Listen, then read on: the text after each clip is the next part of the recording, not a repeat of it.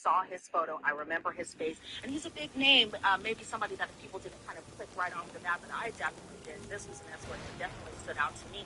Why? Because he did an interrogation after he was in another incident. I don't think it had anything to do with sex crimes or anything like that. It actually had to do with Trump.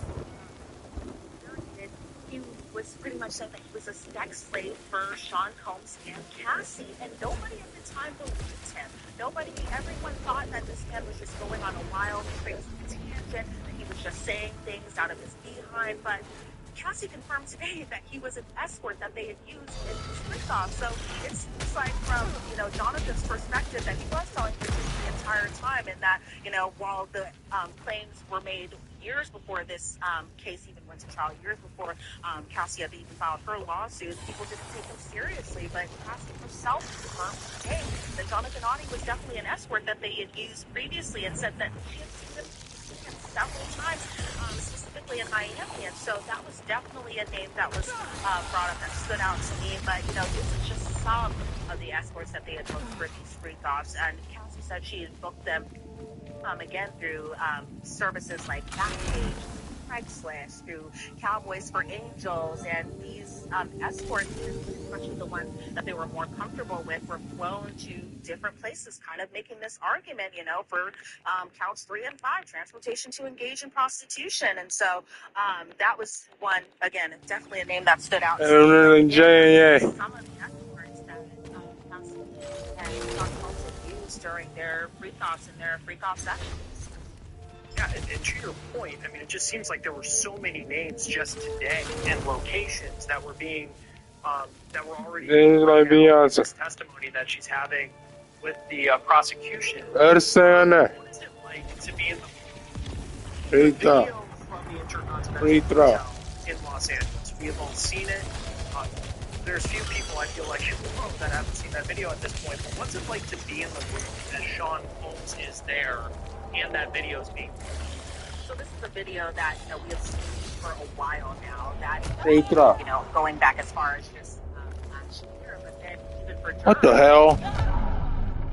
Single day since trial, and it's only Wednesday. And so from what you can see, just the reaction while this video is being played, it seems like this is kind of a point where, anything that had to do with physical abuse, you can tell, and I say kind of like that, mainly because, again, I don't want to make assumptions of what's really going on in his mind, but I feel like you could kind of tell this is something that he's ashamed of, definitely. I think there were points where he kind of, even in between breaks, when the jury's out and stuff like that, he kind of looked at his sons and he looked at his associates or friends in the courtroom and just kind of like kind of reassuring them that, are they okay? Is he okay? That type of thing. But again, this is a video that he's seen a number of times. And so he didn't have a big emotional reaction to seeing this video played out again in court. But, never know necessarily what is 100% mind as this video is being played and as all of these allegations, everything is being displayed again out in open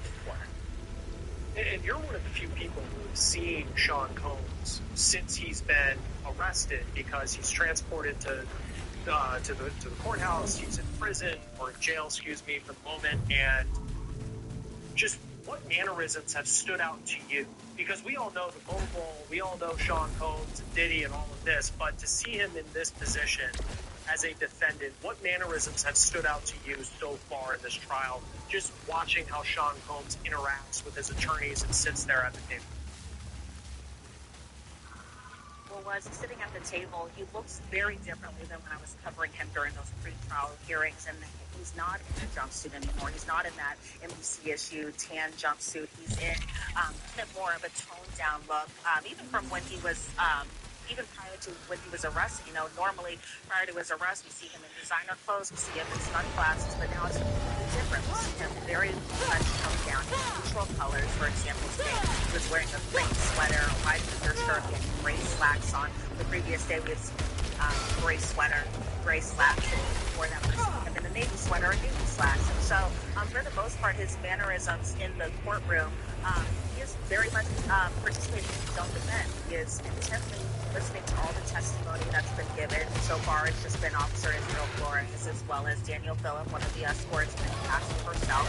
And for the most part, he is just jotting down notes, handing them talk to his attorney in question. There was moments that photos were shown inside the courtroom. He's looking at these photos, looking at these exhibits. So from the mannerisms, I could tell him very much so participating in his defense. You know, even during the pre-trial hearings, I would notice he would look off into the gallery. He's not doing that this time around. He is very much focused on what is going on with his court cases.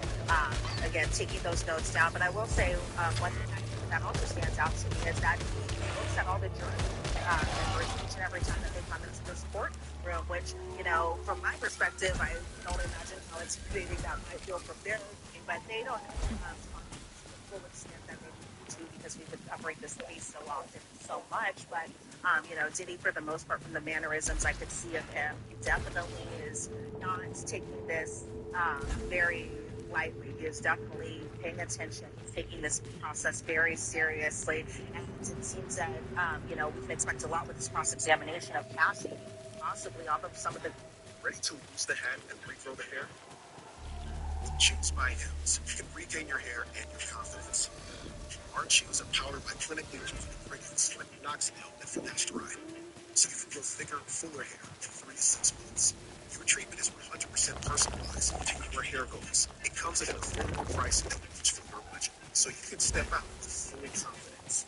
Hats off to hair growth, treatment that works for you. Start today at Hems.com.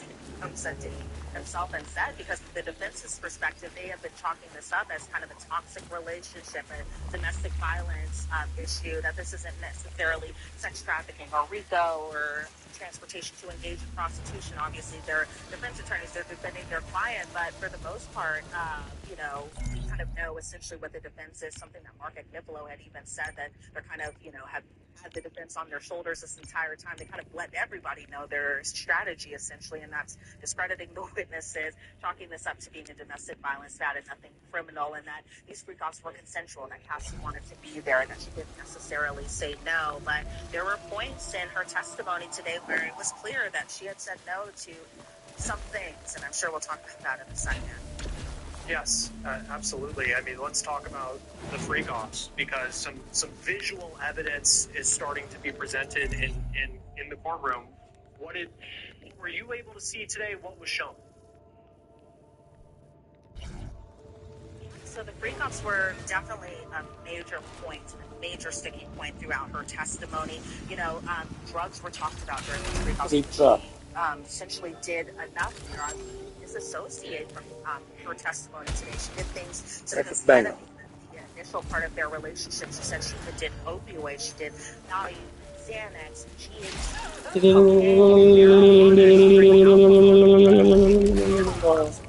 Diddy, and essentially, you know, she said there was a lot of times that she just felt infected by that.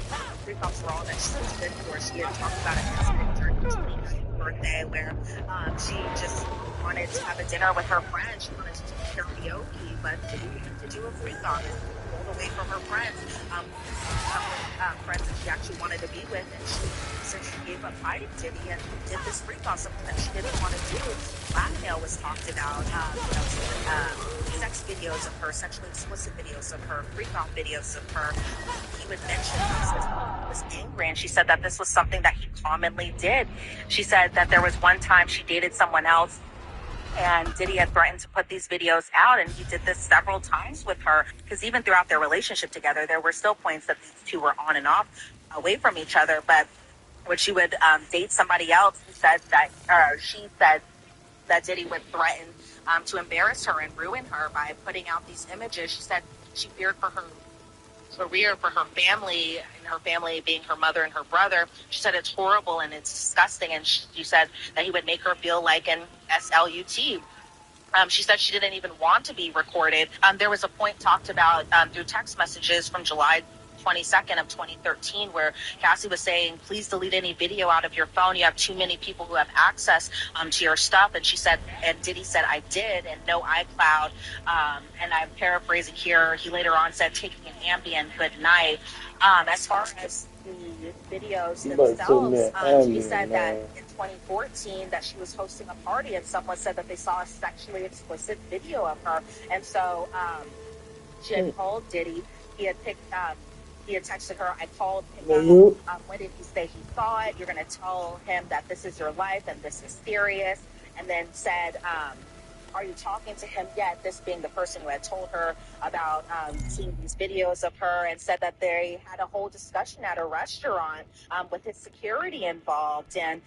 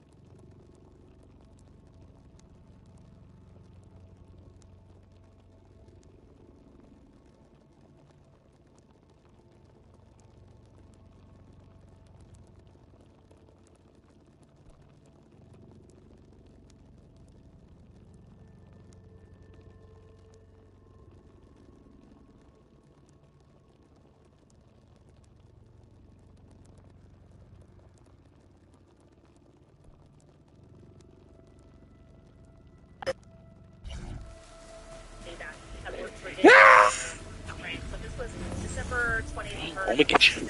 Let me get you. Kind of think about that time frame. That's around the holidays. And she has since been saying, and I'm paraphrasing here, that's how they made two explicit videos.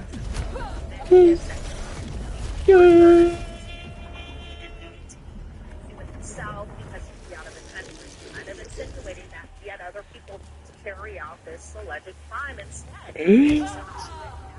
You motherfucker. These bruises on her legs, on her back. We have seen again these photos through exhibits, and this was actually the first time that she had told her mother about the physical abuse she endured throughout her relationship. She didn't necessarily go into full detail about everything that she was enduring throughout her relationship with Diddy because she said that What the fuck? to kind of speak about this. You. She said that Kid Cudi actually met her in Connecticut and stayed with her around 3 or 4 days around this time frame. And she actually broke it off with Kid Cudi during this time period, mainly because she was nervous that she not the threat made by Sean Combs, according to her. Sean Combs. You know, she broke things off with nobody, nothing bad about anybody. Even after this time, Kid Cudi, she had went to Arizona to visit Sean Combs, something that she didn't even tell her family about because she thought it would disappoint them. Then they told me they did Kid Cudi, Diddy, and see herself. We all met together back at Soho House back in Los Angeles, and Kid Cudi asked on his car, and Diddy said, "What car?" And so there was a meeting that had happened. Diddy had essentially said what car, kind of alluding to the fact that he had nothing to do with it, even though from past point of view, and even messages and email that we saw, that there were threats that were made, especially after Diddy had found out about their relationship. And so Kid Cudi was a big focal point, especially during the afternoon, especially during the afternoon portion of her testimony, where we were seeing emails during this point, we were seeing text messages. Look at that So finger. that was a lot, or that's about a good chunk of today's messages that went on, maybe I would say, an hour or so. And it seemed like one thing we were getting on the outside, that with each anecdote that she was giving, there was a picture that was provided in many cases, whether she had a busted lip or she had a black eye, just kind of detailing the physical abuse that she says that she went through in this relationship. We did learn a little bit about the breakup and how this relationship came to an end. What can you tell us about that? So the breakup, as we know, occurred around 2020, so just a few years ago, honestly. And so pretty much that she was abusing drugs during this time frame. She had sought out professional help around 5 or 6 different times while she was in her relationship with Diddy. And so she had essentially said the breakup was initiated when she said, from her perspective, that she had known that Diddy was seeing somebody else throughout the duration of her relationship, and he had said to Diddy that, you know, if I see that you're with this girl again, or if you guys are going to continue doing this, I'm done. So we ended up actually seeing this woman and Diddy together, and so she said she was done with the relationship, and even around that time frame, after she was done with the relationship, she even saw Diddy afterwards. After that, she said that they had dinner around sometime.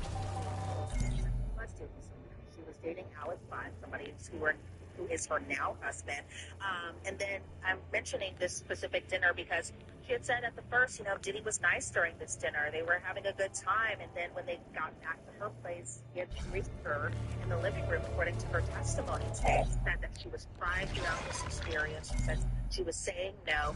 She said that Diddy's eyes essentially went black, and it was like that he wasn't even there during this, and that he continued to rape her even though she was crying, even though she said no. But it still admits that the two were intimate again together, even after this alleged rape in 2018.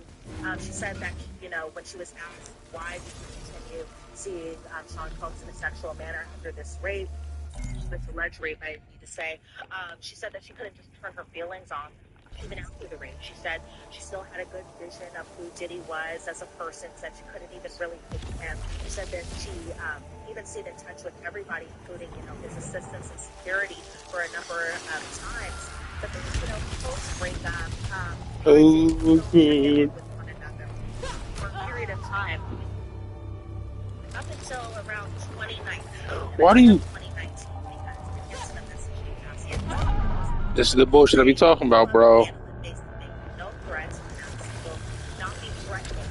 If I was you, I'd get me money.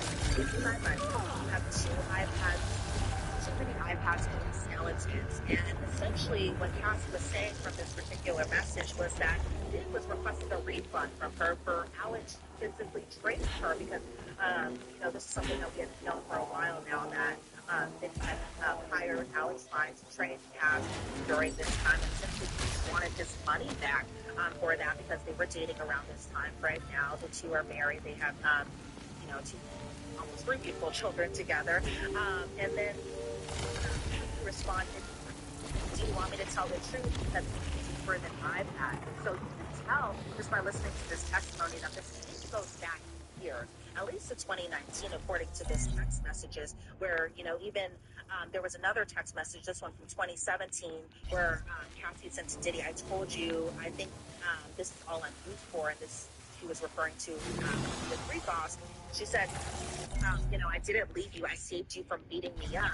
Now let's fast forward to March of 2023, so 4 years ago, but this time frame, months before her lawsuit filed against Sean Combs, and I'll get there in a second. But during this time frame in March of 2023, we went to rehab for trauma therapy and for drug use, and she said, and this is where she started getting pretty emotional, is that she didn't want to be alive at that point. And that's a pretty interesting statement for her to make because at this time, us in the public, we had thought she had healed at that point. She was now married, Alex, and she already had children at this point. But for her to get on the stand today and say she didn't even want to be alive anymore, it was really gut-wrenching to hear. She said that around this time frame, she was even shooting a music video with an artist. This artist was unnamed. She said that she had really bad flashbacks around this time frame to the point where she wanted to help herself. She had actually run into traffic and her husband Alex would go and get her.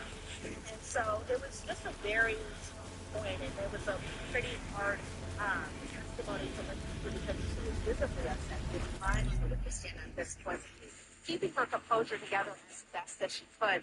Now after this suicide attempt, then they started talking about the memoir. And this was something that the defense says was essentially their argument that these allegations aren't real, that she had just wanted money. She was doing this for the rights of her book. But she had said that she had wrote down this book mainly as trauma therapy for herself. And she said that this therapy for herself was in the form of the book. She said her mom actually helped her with it as far as coming up with chapters. And the reason that she even wanted to write this book was so that Diddy specifically could read it so he could understand what he had done to her throughout the duration of their relationship because she didn't think that he'd ever realized necessarily what she had done to her and just how excruciating everything that she had went through from her perspective actually was to her. She said that